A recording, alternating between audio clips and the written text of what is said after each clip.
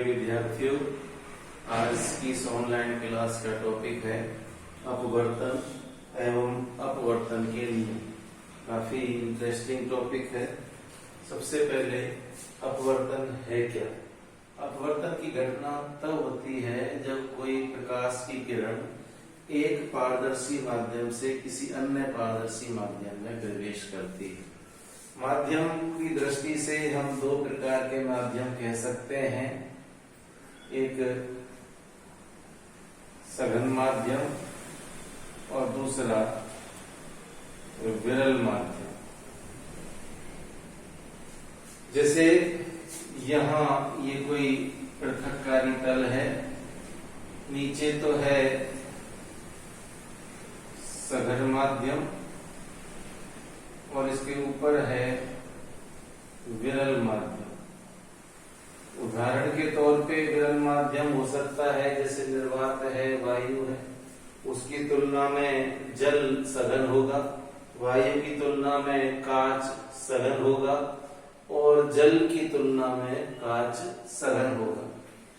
मान लीजिए प्रकाश की किरण इस प्रकार आपतित हो रही है। प्रकाश की किरण है ये PQ, यहाँ आपतन बिंदु होगा और आपतन बिंदु पर अगर हम अभिलंब खींच दें तो अभिलंब से आपतित किरण का बनने वाला कोण आपतन कोण हुआ करता है। और ये प्रकाश की किरण विरल माध्यम से सघन माध्यम में जब प्रवेश करती तो हम पाते हैं कि इस किरण का जो मूल मार्ग है वो ये वाला जो मार्ग था वो विचलित हो जाता है और हमें यह मार्ग प्राप्त होता है। और ये वाला जो कोण मिलेगा विलंब के साथ अपवर्तित किरण का जो कोण बनेगा उसे हम अपवर्तन कोण कहते हैं। यहाँ इस चित्र में PQ आपतित किरण कहलाती है और QR अपवर्तित किरण कहलाती है। कोण I आपतन कोण है, कोण R अपवर्तन कोण है। और इस स्थिति में जो यह दिखाई गई है, विरल से सघन माध्यम में जब किरण चल रही है तो इस स्थिति में कोण R का मान कोण I से छोटा प्राप्त होता है। ठीक इसी प्रकार एक और घटना संभव है। ये कोई पृथक्कारी तल है। अब प्रथम माध्यम हमने ले लिया है सघन माध्यम और द्वितीय माध्यम ले लिया है विरल माध्यम, ऊपर वाले की तुलना में विपरीत। और ये पहले की तरह कोई आपतित प्रकाश की किरण है PQ और यहाँ ये अभिलंब रहा।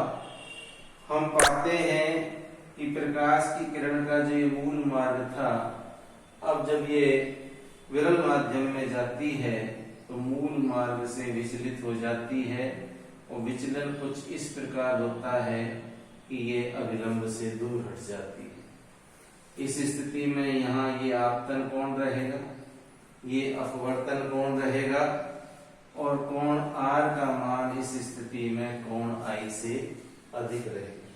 इन दोनों स्थितियों में हमने पाया है कि जब प्रकाश की किरण एक माध्यम से दूसरे माध्यम में जाती है तो वह अपने मूल मार्ग से विचलित हो जाती है, या तो अभिलंब की ओर झुकती है। झुकना होगा कब? जब वो विरल माध्यम से सघन माध्यम में जाएगी, और दूर हटना होता है तब जब ये सघन माध्यम से विरल माध्यम में जाती है। तो प्रकाश की यह घटना ही अपवर्तन कहलाती है। तो अपवर्तन की परिभाषा जो रिजल्ट के रूप में हम इस उदाहरण के आधार पे कह सकते हैं वो मैं एक बार फिर से दोहरा दूं। जब प्रकाश की किरण किसी एक पारदर्शी माध्यम से दूसरे पारदर्शी माध्यम में प्रवेश करती है तो वह अपने मूल मार्ग से विचलित हो जाती है। यह घटना ही प्रकाश का अपवर्तन कहलाती है। अब सवाल उठता है इस अपवर्तन का कारण क्या है?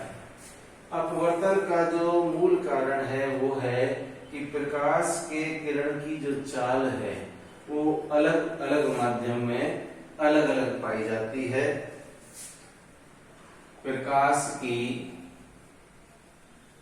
सर्वाधिक जो चाल है उसका मान है 3 × 10⁸ मीटर प्रति सेकंड।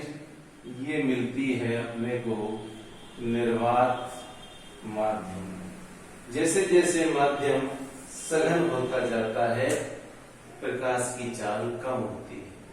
तो अपवर्तन का मुख्य कारण भी यही है कि प्रकाश की किरण के लिए जैसे ही माध्यम बदलता है तो प्रकाश की चाल बदल जाती है।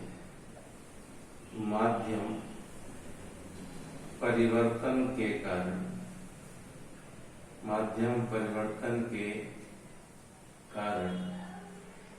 प्रकाश